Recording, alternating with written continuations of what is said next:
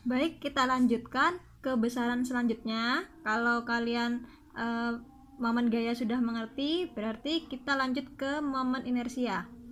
Pengertiannya, ukuran kemampuan benda untuk mempertahankan kecepatan sudut rotasinya. Nah, berbeda dengan momen gaya, momen inersia memiliki banyak sekali rumus, tergantung dari benda yang berputar jenisnya itu apa. Untuk benda yang berputar berjenis partikel, rumusnya seperti ini. Momen inersia I sama dengan M kali R kuadrat. M itu massa benda, jangan lupa satuannya diperhatikan kilogram.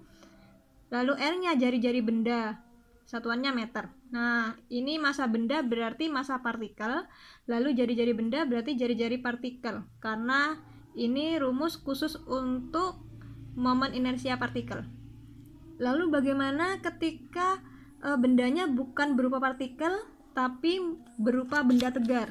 Contohnya batang homogen. Nah, dua macam ini sama-sama batang homogen.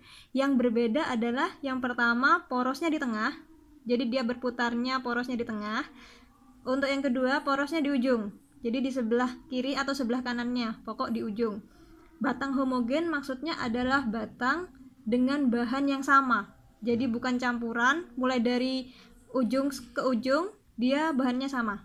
Nah, untuk yang poros tengah rumusnya 1/12 ml kuadrat. Untuk M sama massa benda, karena bendanya batang homogen berarti massa batang homogen. L adalah panjang dari batang. Panjangnya ini berapa meter dimasukkan ke L.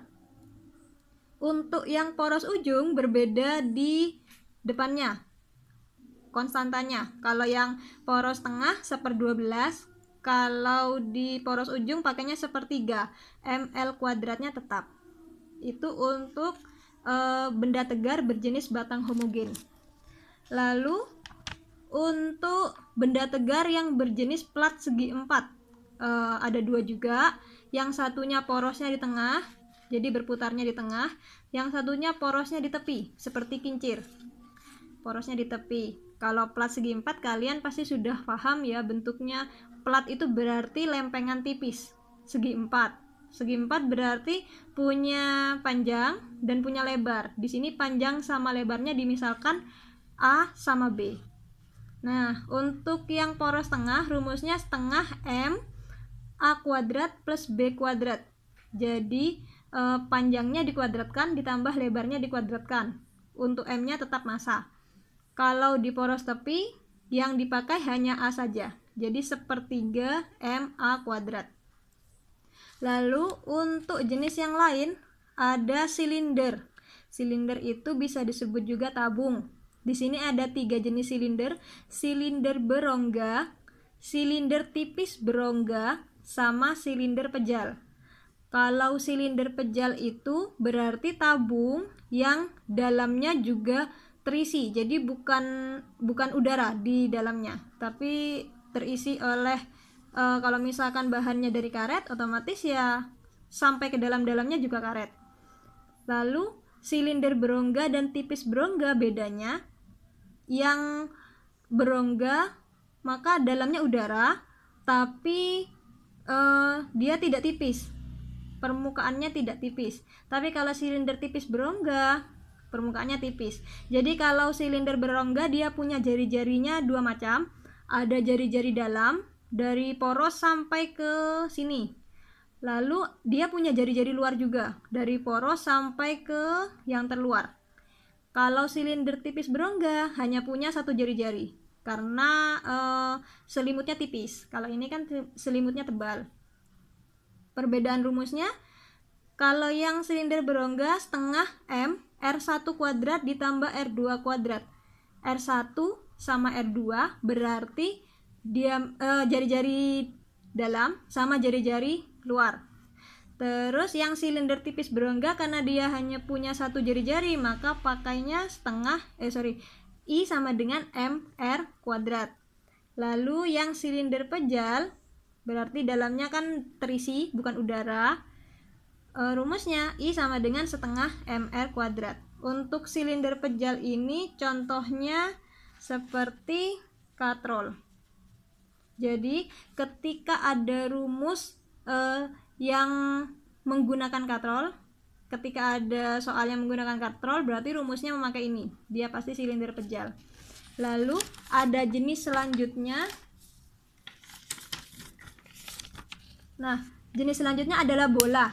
Bola ini ada dua macam juga, bola tipis berongga sama bola pejal. Sama dengan yang silinder tadi.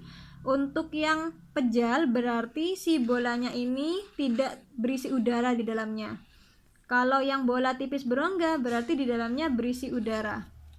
Ada perbedaan rumus. Untuk yang bola tipis berongga 2/3 mr kuadrat dengan R merupakan jari-jari, bola pejalnya 2/5 mr kuadrat. Jadi karena rumusnya banyak, otomatis pertama harus dilihat dulu jenis bendanya yang berputar. Kalau misalkan jenis bendanya itu bola pejal, oke, rumusnya berarti inersianya 2/5 mr kuadrat dan seterusnya. Untuk contoh soalnya, kalian bisa lihat di halaman 9 nomor 3. Di sini diketahui sebuah batang homogen bermassa 0,6 kg dan panjang 60 cm. Kalau di sini bilangnya batang homogen, ini berarti batang homogen ya. Homogen itu kalau mau cari momen inersianya yang poros tengah, karena di sini porosnya ada di tengah. Otomatis nanti rumusnya akan menggunakan 1/12 ml kuadrat untuk batang homogen. Nah, lanjut, apabila gumpalan lumpur bermassa 20 gram dilempar dan menempel pada salah satu ujung batang tersebut, tentukan momen inersia sistem melalui pusat batang. Nah, di sini berarti ada dua benda, yaitu batang homogen yang masanya 0,6 kg dan panjangnya 60 cm atau 0,6 meter. Terus benda yang kedua, lumpur, masanya 20 gram. Nah, ada dua benda, yang satunya pakai rumus batang homogen.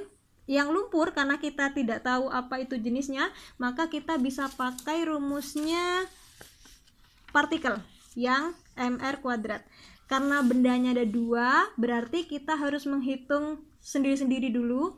Yang batang homogen sendiri, lalu yang lumpur juga sendiri, nanti tinggal dijumlah. Oke, untuk mengerjakan soalnya, kita mencari I total tadi kan. Kita cari untuk I batang homogen dulu. I batang. Karena porosnya di tengah, berarti kita pakai 1/12 ml kuadrat.